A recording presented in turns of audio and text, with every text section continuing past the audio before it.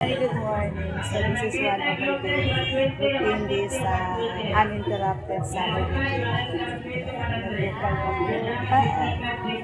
Graduating pala yung anak niya sa kailan ang graduation? Sa May.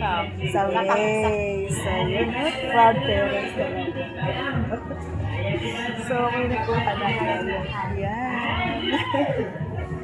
Little things that make us happy.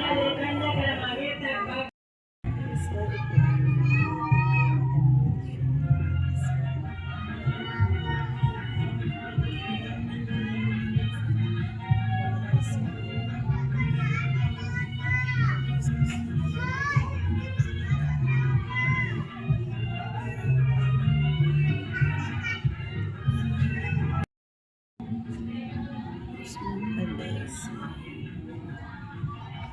and then the other one. So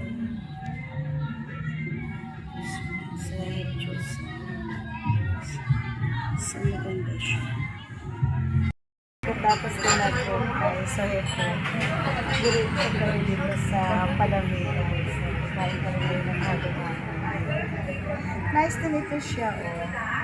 Try